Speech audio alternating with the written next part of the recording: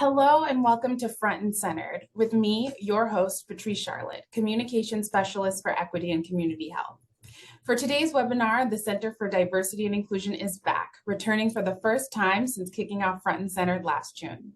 This time around, CDI Executive Director Elena Olson is joined by faculty co-directors for research, Dr. Cesar Castro and Julie Price, and CDI Administrative Director for Research, Karen Osborne-Green, to tell us what CDI is doing to propel the careers of researchers who are underrepresented in medicine. As always, we encourage comments and questions, and we'll have a dedicated Q&A at the end of the presentation should time permit. We ask that you save questions until the end and submit them by using the Q&A button located at the bottom of your window. Should you have any comments, please feel free to put those in the chat. And so with that, I will turn things over to Elena Olson, Executive Director of CDI, to get us started. Elena? Thank you so much, Patrice. Thank you, everybody. As you just heard, I'm joined by Cesar, Julie, and Karen. And what we are hoping to do today is to give you that deeper dive that we promised back in June when I provided an overview of CDI. So our agenda today, which we're hoping to do in the next half hour with all of you, is we're hoping to have a more interactive discussion this time around. And we are wanting to give you a little bit of context of why we're here. We also want to answer a lot of important questions that many people might have, especially because this is a new area for us at CDI in our research expansion. The why, like why are we doing this? Why have we expanded into the research workforce? What exactly are we doing? Do we have a plan? Are there specific examples of things that we are doing in this expansion? And we're going to share those with you. How are we building community? That's something we learned over the years, especially when we were working with clinicians, that community is essential in order to build an environment of inclusion, respect, and belonging, which is one of our mission areas. What have we learned in this process, especially this short 14 months that we've all been together with this wonderful team? And how can we all work together to sustain success? So I'm going to just get started here and remind people what our mission is. I shared this in the first Front and Centered, but as you can see here, CDI is really about promoting the careers of those underrepresented in medicine. That includes Latinos, African Americans, and Native Americans. They're underrepresented relative to the population that we are serving and relative to the population in science. And we are seeking to develop an engaged workforce where everyone can experience a true sense of belonging. So as you hear the things that we're doing, those are really our major goals. In the expansion, we expanded back in June of 2021. We created this new work stream into the research workforce, and we hired these wonderful team that you just heard about. And we also had some really wonderful partnerships that we developed with nursing and patient care services. And we need strategic partners in order to do this work. And what I've listed here is just a couple of those partners that are specifically focused in the research workforce, such as ECOR, the Mass General Institute for Research, all clinical and research departments. This is our wonderful team, and these three that I've just circled are the three you're going to hear from today. And we are going to have an interactive kind of back and forth discussion with some questions, and those questions I shared with you a moment ago. So Cesar Castro is somebody who has been with us for a very, very long time, and he is really working in the intersection of nanotechnology and oncology in his research. And Julie Price, PhD, a full professor here at MGH in imaging, she's working in neuroscience and really looking at the application of imaging into discovering illness of neurodegenerative disease, especially Alzheimer's. So really accomplished researchers in their own right, and you can learn much more about them and also about Karen and myself in the bios that Patrice is posting now in the chat, so that we can really spend our time together focusing on what we are up to. So the first question is really this kind of big esoteric why. Why is it that we have spent so many resources, time and energy in trying to address the issue of diversity within the research workforce? And I'm going to ask Cesar to take that big why question on with some data that he would like to share with all of us. So Cesar. Great, thank you. May I have the next slide, please? So as we examined our internal, we examined external data, we came to the conclusion that this is a problem that affects us all. It's a local, it's a national problem. for underrepresented men and women in the biomedical sciences, they are vastly being outcompeted by their well-represented counterparts. So in this example here, this is national data, underrepresented women depicted in blue, underrepresented men depicted in gray. So focus your attention there, please. You see that as you kind of continue along the academic echelons, you see a steep decline. That decline is actually even more marked, I would say, underrepresented women, particularly after the doctoral and beyond. So this is a problem that affects us all. Next slide. As we zoom in into our kind of MGH data, one kind of immediate conclusion was that we wanted to dispel what a faculty member does in academic medical centers. Okay, half of the MGH faculty members actually conduct research, where research is central to their mission and professional ambitions. And that's true for all MGH faculty and also for the underrepresented MGH faculty. More than half conduct research. So we're all like-minded, right? We have a shared purpose of trying to advance science and create, great research with the most impact. But when you kind of peel the onion and look more granular, just the MGH research faculty, the 2005 as of September of 2022, we see that 7% of the investigators are underrepresented. Okay, so we have a long way to go in order to kind of reallocate that share of the pie. Thank you for that. And obviously, there's many reasons why diversity of our research workforce is so critical, right, to advance science and so many other things. I'm wondering if next, Caesar, you can just provide us with the what, right? Like you talked to us about the why, but what is it that we have decided to do, and maybe give us a more broad overview of this strategic plan that's focused on the research workforce. No, definitely. It's about, first off, identifying the problems and then what are the solutions, right? And so we go to the next slide. We've developed, myself, Julie, working really closely with the other stakeholders, a plan, right, to try and create and enact change. And it first presented to our Executive Committee on Research in 2021 when we initially started. And it was about first sitting back and really listening. Okay, listening and learning about what are the issues, what are the kind of the lanes that work for us, what have been obstacles. And as you can imagine, this is a very large ecosystem, more than I thought. And so it's about engaging with the various committees, the various stakeholders, having frank discussions, those that succeeded and those that were even leaving the institution, right? It's a lot to be learned from that.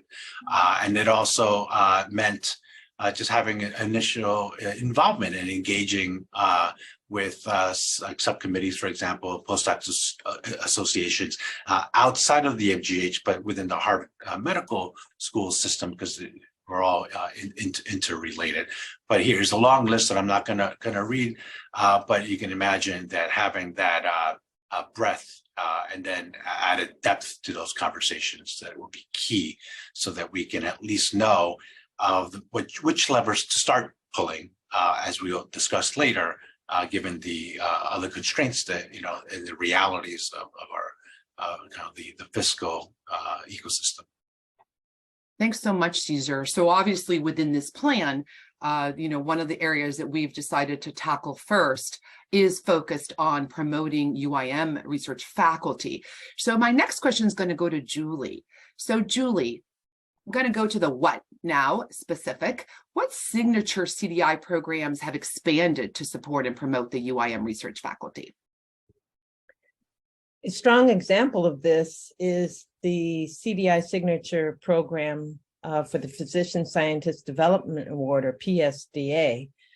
And this has been an important award since 2004 to promote the careers of early and mid-career faculty. And the awards can be 3 or 4 years to support research funding, and as many as 48 recipients have received this award over the duration. And the return on investment has been quite high, nearly eightfold in terms of the external funding received. And the PSDA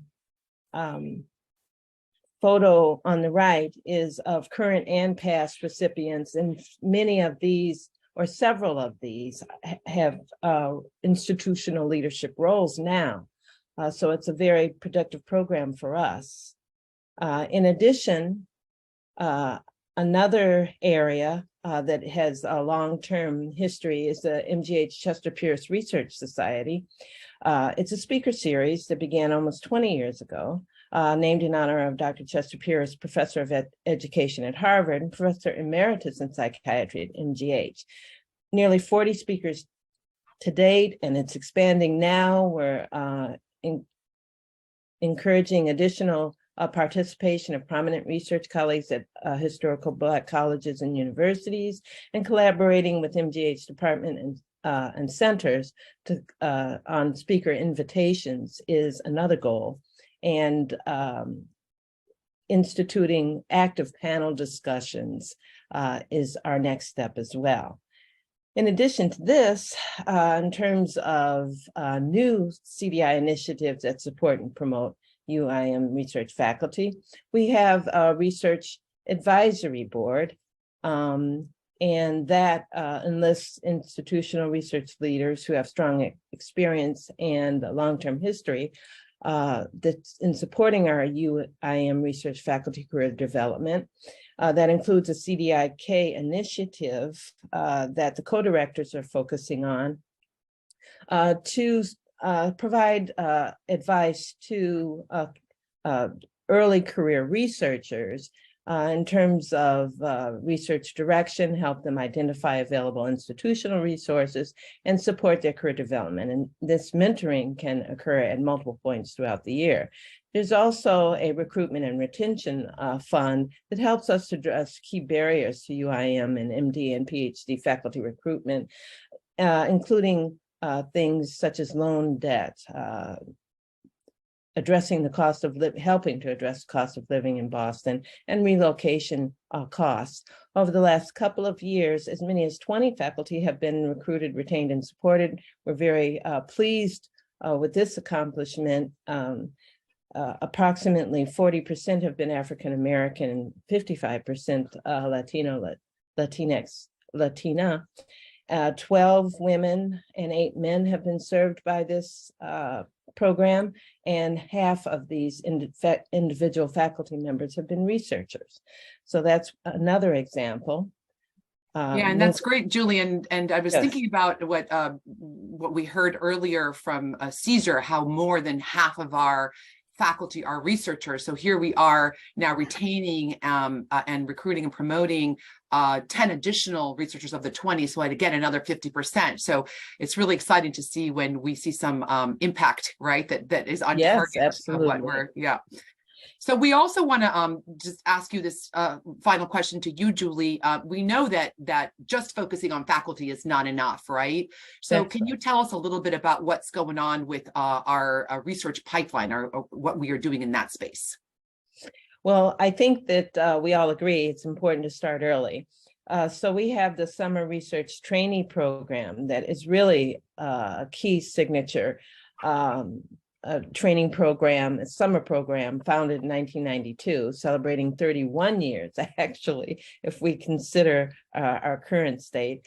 It's an 8-week program, but it's really expanded to as many as 30 UIM college graduate medical students that are matched with PIs in active research labs to really get a hands-on experience.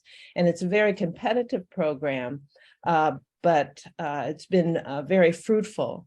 And it's funded by institutional resources, and it supports housing, networking, social events over the 8-week period.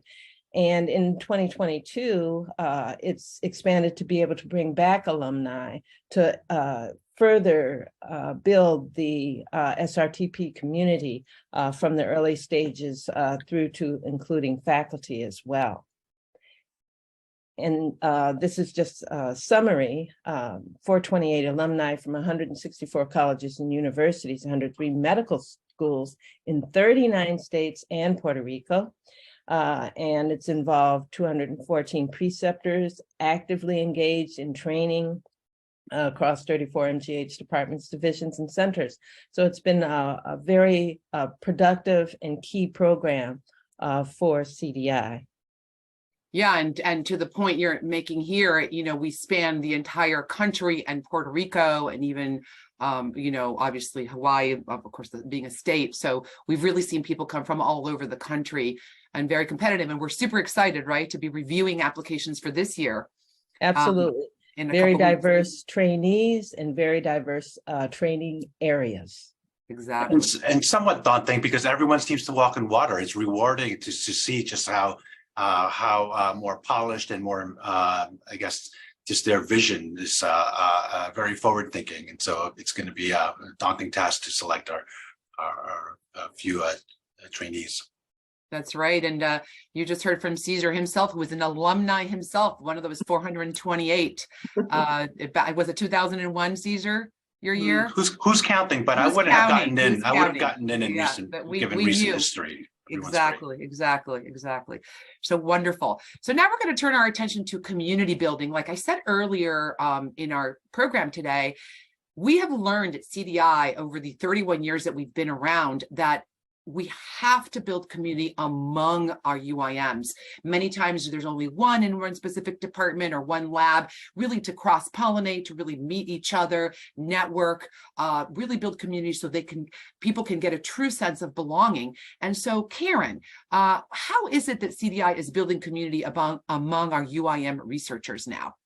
Yes, Selena, you know, like you said, it is so important for us to build community and have a sense of belonging among our UIM researchers here at MGH.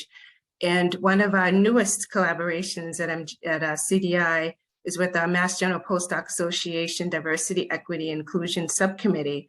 And from that, we have two initiatives. One is the International Medical Graduate Panel Discussion, where we have a panel that includes our residency program directors and some of our residents who sit on the panel and give advice and tips to IMGs who are applying for residency. We also have the Pathways to Science and Medicine workshop and mentoring program. And in that program, we are working with, right now, Bunker Hill Community College and their students who are interested in careers in research in medicine and science by providing, you know, workshops. And we're going to be starting a mentoring program very soon. And we're so excited about that. We have we've also been working with the Mass General Postbac Association Diversity and Belonging Committee. And as Julie mentioned, we also have the Chester PS Research Speaker Series. Our next one is actually coming up in April. And we have, last but definitely not least, is our Research Recharge social and networking event, which gives our UIM researchers an opportunity to just kind of, come together, talk, collaborate, build new friendships. And, our last Research Recharge, it was very good turnout. And I noticed that, even after we had cleaned the room and left, there was still a small group in the back still talking and chatting and, just supporting themselves. So we are looking forward to our next Research Recharge on March 9th, and we hope that many of you can join us. Great. Thank you so much. So back to Caesar. So Caesar, can you share with us what we have learned? I know CDI has been around for a while, but this intense last 14 months, really want to share what we've learned and how we can maybe take that next step of our learning into future. Absolutely. And so it's humbling to even say that this is the short list. I mean, there are a lot of lessons I learned, just wanted to distill it. So it's been, alluded to, this is a national and a local issue. The low number of UIM researchers, specifically PhDs and postdocs, it's an even greater unmet need. It's always important to inject new energy and research strategies, certainly at MGH, but it's also important that we retain those that we have. Okay, it's already a small denominator, right? So we want to make sure that maintain and propel that excellence. It's hopefully you got the flavor of just really the impact that CDI has had just on the larger community, both still student pipelines and also propelling the careers of trainees and faculty, evidenced by the PSDA in our recruitment and retention fund. We all stand on the shoulders of giants, right? And so the successful UiM investigator that we have seen to date has had strong departmental leadership, has had backing them, has had strong mentorship, has had strong sponsorship. So that's key, and that's where kind of CDI works with the various stakeholders to ensure that those ingredients for success still remain. We've had just even larger kind of ambitions and aspirations, but the fiscal realities are real. We lost the CDI student coordinator position, for example. The momentum that was gained for a PhD specific award lost some steam because of the fiscal realities. So the road will be rocky, but as long as we maintain our vision, the CDI has been going on for successfully for 31 years and counting. And so we make sure that we maintain our eye on the prize as well. It's also important that we can't work in silos. And so we have to extend essentially our vision towards external research and training partnerships. And that includes diversity supplements, that includes some of these diversity focused funding opportunities. They will move the needle. And to best support our PIs, for example, that are looking for diverse trainees, we need to include the diversity of our trainee pool as well. So everything is interrelated. We just can't have one without the other. And so this is, would have been nice to kind of the time to cue the rally or fight song, because really this is where we're in this together, right? We can't work in silos. We really need to work and make sure that everyone has skin in the game. Thank you so much, Caesar. Really important. Collaboration really is the way we're going to get results and see success, right? What can we do? Let's see here, to advance the research workforce. Specifically, we get asked this question all the time. So Karen, I'm going to ask you to take this one on.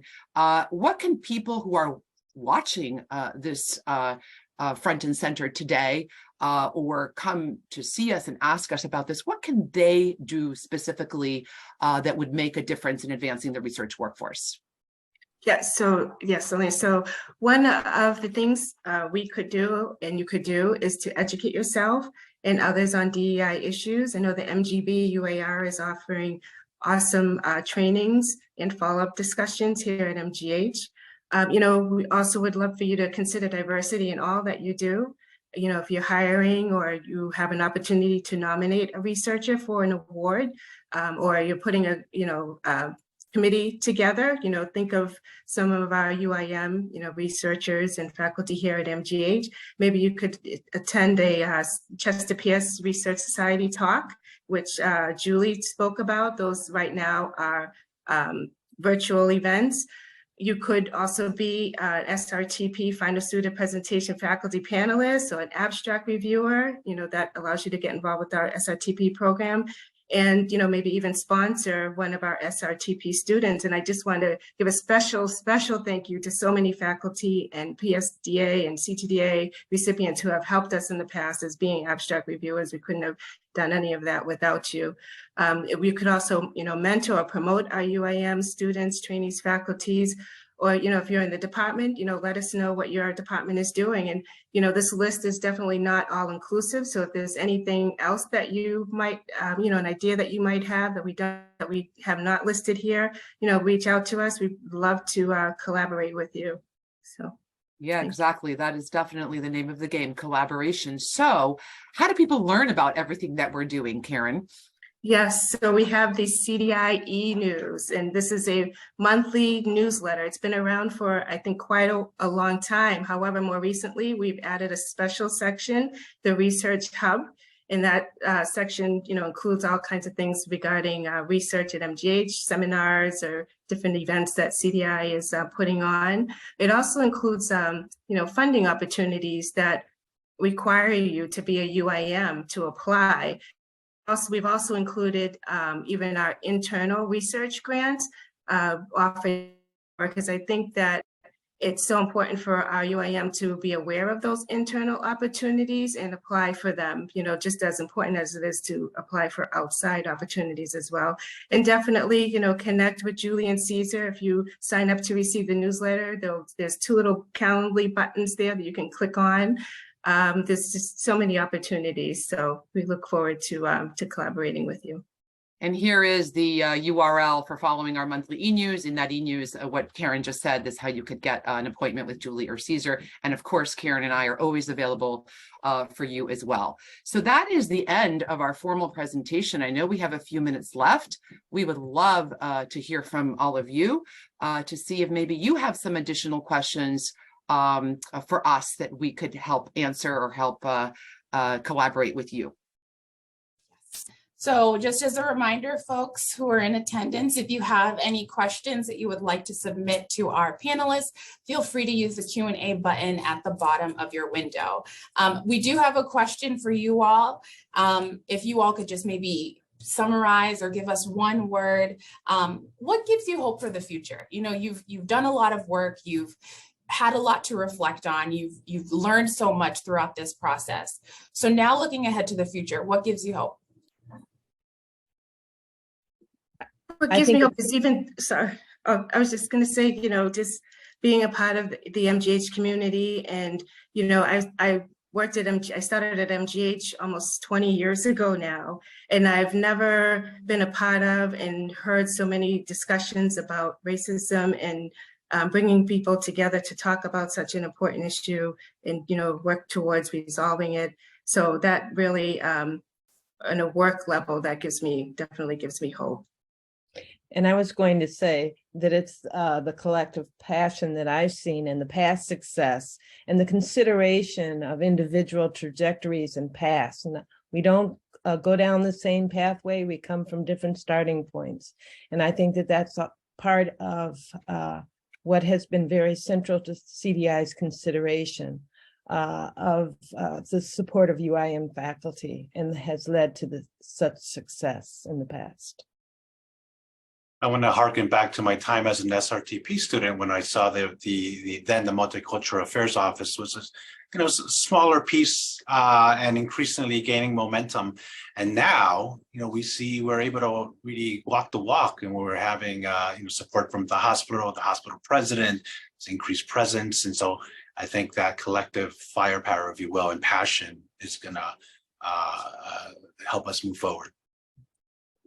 Yeah, I would say, since I guess I've been at this the longest, 22 years, I think all of you on this screen give me hope, including you, Patrice. I think, you know, you're part of our team. I think the way the team that we have grown, the amazing talent that we have on site at the CDI is just incredible. And I think that what gives me hope is that you are our future. And those of you who are listening today and hopefully listen in the future will take advantage of these amazing resources that we have. You heard the challenge. You heard what we're doing. The only thing left here is, you know, and yes, there's a lot left, I know, but from your perspective is to really take advantage of that. And I'm going to say a second thing that gives me hope is that the landscape nationally right now, right, that the discussion that Karen mentioned about the discussion of racism, the interest people have nowadays, including funders in the mission that we are trying to move forward, is also unprecedented. So we are hoping that all these wonderful ideas that we had that, you know, have been challenging because of economic fiscal constraints, excuse me, that we could grow that, you know, through funding opportunities, development, grateful donors, grateful patients, and people who really want to see this mission and this goal of advancing the research workforce come to fruition. Fantastic. I can't think of a better way to end and wrap this up than that, Alina. Thank you so much for sharing, and thank you for inspiring us with that call to action.